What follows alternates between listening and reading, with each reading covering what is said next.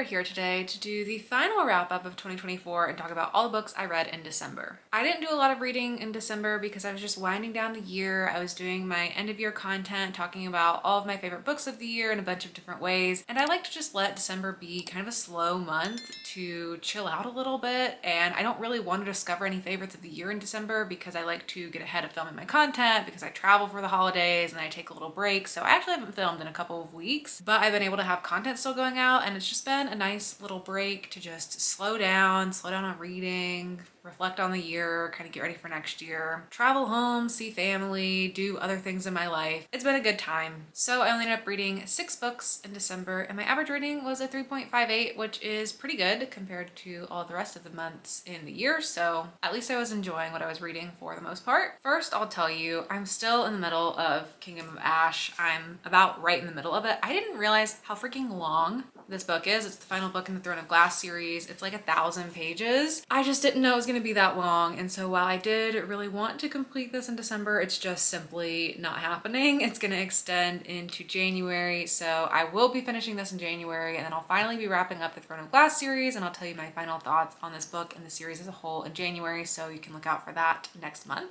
And then there's only one book that I intentionally DNF'd and sat down because I was not enjoying it and I will not be finishing it. And that is surprisingly Night Film by Marissa Pessl. I've been wanting to read this book for a really long time. I've heard great things about it. It seems like a book people just universally kind of love. This was one of the books on my backlist TBR for 2024. At the beginning of 2024, I picked out 10 backlist books that I wanted to read this year, and I got through almost all of them, not quite all of them in the end. I think I'm gonna do that again for 2025 and create a backlist of like 10 books I want to read throughout the year. And so I think when I do that video, I will reflect on my 2024 list at the start of that video. So you can look out for that soon. I'll go over the books I plan to read, which ones I actually did, which were successful, which weren't, and how that informs which books I care about putting on my backlist TBR for 2025. But yeah, this is one of the ones that did not work for me on that backlist TBR. I only read about 80 pages of this book, which this is also a pretty long book, before I decided that it just was not going to work for me. And I actually was very surprised with the format of this one because I didn't know this is a mixed media book. I love a mixed media book.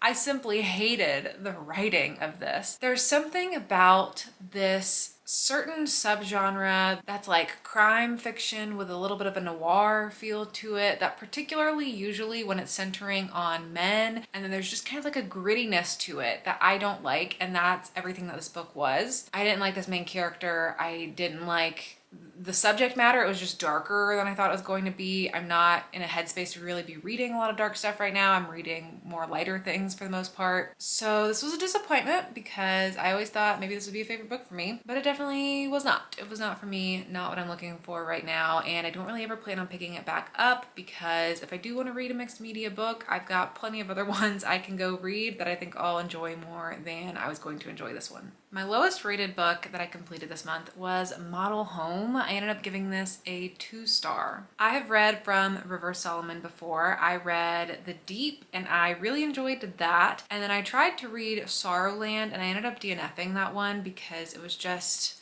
not clicking with me in the beginning. And so I wasn't sure where Model Home was going to sit for me, but I ended up not loving it. This is a experimental, like new take on a haunted house story, or just like a haunting story. In the story, you're following this family who grew up in this house, and they're a Black family living in a predominantly white neighborhood. And then the siblings all grow up and go do different things with their lives, but now they're being brought back together after the death of their parents, and they're kind of exploring their traumas, the things that happened in that house, things that are happening to them now and how it's informed by their trauma, and overall the sense of haunting. Is the house haunted? Are they haunted? It's kind of a conceptual novel. River Solomon does seem to tend to write more conceptual pieces. From the 2 works that I've read from them, that's what I take, is there's just like something a little bit different about their writing style. This one in particular, it felt very reflective, and it really felt like reading through the cloud of someone's trauma, which is very very interesting and an effective and impressive writing style to be able to like take me through that experience. It makes you question what's real for the character and what's not. It was interesting. It was different. I didn't like the ending. I didn't like how the ending all panned out because everything feels so unique with this book, and then the way it ended, I don't know, it just didn't really like match the rest of the story for me, and then you just get some explanations of things that, I don't know, just didn't really like pull the whole story together for me. I guess because of this, the whole story doesn't feel very grounded in reality, and then the ending gets very grounded in reality, and so that was a strange experience for me where I was like, oh, maybe we could have just committed and done something else. But I mean, it makes sense. I understand what the book was doing. I just didn't have the best experience with it, so gave it a 2-star. I also did a reading vlog this month, reading some Christmas mysteries. One of them was The Christmas Appeal by Janice Hallett. I ended up giving this one a 3-star. This is a continuation of the novel The Appeal by Janice Hallett. However, you could read this as a standalone. You don't really need to know the events of the first book to get to this one. And I don't really think this spoils things, I guess. I don't know, like there's characters in this that are in the first book, and maybe you can infer some things about the circumstances of what happened in the novel based on where the characters are now. So read them in order if you're going to read them, I guess. I didn't love this. I gave it a 3-star. I thought it was fine. It was remarkably non-Christmassy to me. I am also an American, and this book is written by a British author, and the concept of this and the concept of The Appeal is that there's this theater group. They do community theater together, and then mystery ensues to the reader through mixed media elements. This is continuing the story with the theater group after the events of the first book. New mystery ensuing. They're putting on a play during Christmas time. It's a one-night only show. It's a pantomime of Jack and the Beanstalk. And evidently a pantomime is a very like British thing, I guess, that you do for the holidays, a play where the audience sings along. And then also the murder mystery revolves around a dead Santa in the book. But none of that felt Christmassy to me. I was really looking for more of a Christmassy feel. This felt very just a mystery that you could read at any time of the year to me, but maybe I just missed that particular element because I don't associate plays like Jack and the Beanstalk with Christmas time. Anyway, if you like Janice Hallett, if you've read The Appeal and you like that and you're just looking for another quick little murder mystery told through mixed media, this was an okay time. It's pretty slow. The first half of the story is kind of you just wondering what the mystery will even be before you even get to the mystery, and then the second half starts to pull some things together. I just really like Janice Hallett's works, so I enjoy reading little extra things like this, but if you're not a particular fan, I wouldn't say go out of your way to read this. Another Christmas novella I read was The Christmas Guest by Peter Swanson. I enjoyed this one slightly more. I give it a 3.5-star rating. This one did feel very Christmassy. You're following this American student who is living overseas, somewhere near London, I think it was, and she meets this girl at school who invites her back to her family's like country estate for the holiday break, and so she ends up going with her. She is the Christmas guest, and then gothic Christmassy things ensue. I thought this one was interesting and clever, the way it sets itself up, the surprise it takes you on as a reader. It's a super quick read. You could read it all in one sitting in the cold weather by the fireplace while you're cozy inside. So yeah, that one was a good time. Next is a 4-star book I had, which was So Thirsty by Rachel Harrison. This was my first novel from Rachel Harrison. I was excited to check out her works because I know she is a very beloved author. I guess this is a horror novel. It's a vampire story, but it is kind of like in a weird subgenre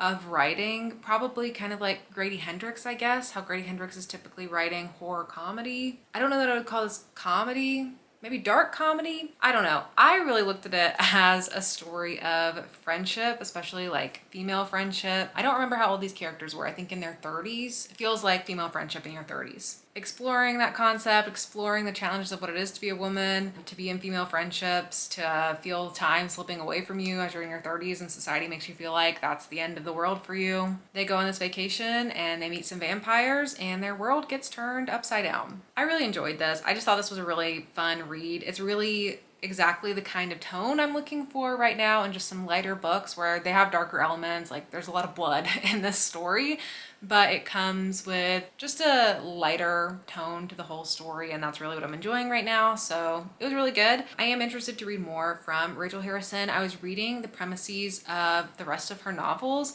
and I do worry that it kind of sounds like some of them might feel the same, and I'm like, I don't want to read the same thing over and over and over again because then I think I'll enjoy them less. So let me know. I read this one, I enjoyed this one. Which Rachel Harrison novel do you think I should read next? Another 4-star I had this month was The Last Devil to Die by Richard Osman. So I am all caught up on the Thursday Murder Club series now. This was definitely an emotional story. It did make me cry while listening to my little audiobook on the drive home for Christmas. I don't really know why these books never get that 5-star feeling from me, but they always like hover at a 4-star for the Thursday Murder Club series. I really enjoyed it. It just didn't quite hit to that 5-star threshold for me. In this series, you're following this friend group of older adults who live in this community together, and they like to solve crimes, and then sometimes the crimes get close to home and start to put their own lives in danger as well. This was another installment in the story. Some new challenges come up, some new players, some old players. Usually there's stuff like drugs and diamonds and cash being stolen, those sorts of crimes. What keeps me coming back to the series is the characters. I love the way Richard Osman writes his characters. They feel so human and charming, and you just can't help but love them. I'll keep reading the books in the series as long as he keeps writing them. They're a good time. And I also last month started the We Solve Murders series, which I don't know what his pacing is going to be of when new books will come out in both of those series, but I'll keep following both of them. I really like his stuff, and it'll be interesting to see as time goes on which series becomes my favorite. And then lastly, my one 5-star read of the month was Everyone This Christmas Has a Secret by Benjamin Stevenson, which I read in that Christmas mystery reading blog. I just thought this was exactly what I wanted it to be. I really enjoy Benjamin Stevenson's writing. This is the third book, or like a 2.5 book in the series Everyone in My Family Has Killed Someone. This is a holiday special, so it contains characters from the story, but you don't really have to know everything, what happened, but you wouldn't want to read it out of order. It's really similar to The Christmas Appeal by Janice Hallett. It's like if you're going to read it, you probably should have some foundation in what came before it for you to care about it. This one is probably easier to read as a standalone, but I just don't know why you would. You know, just read the series. The series is really fun. Throughout the series, you're following this guy, Ernest Cunningham, who is kind of a regular amateur detective. He's a writer. He really likes crime and mysteries. He's very aware of the conventions of murder mysteries. And the books have a meta quality to them. They're breaking the fourth wall with you, the reader.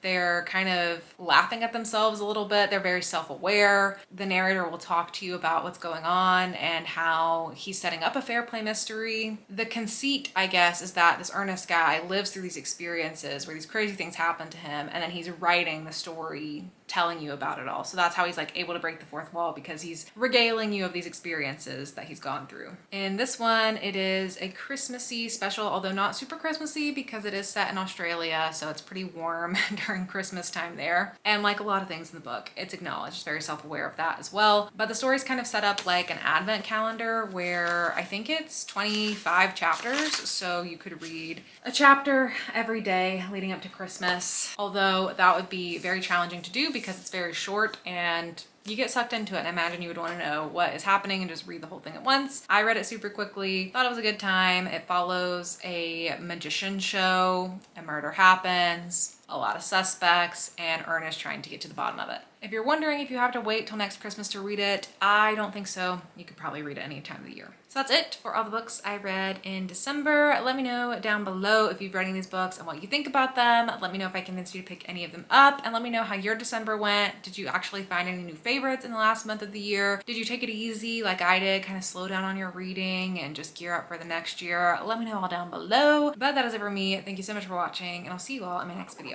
Bye.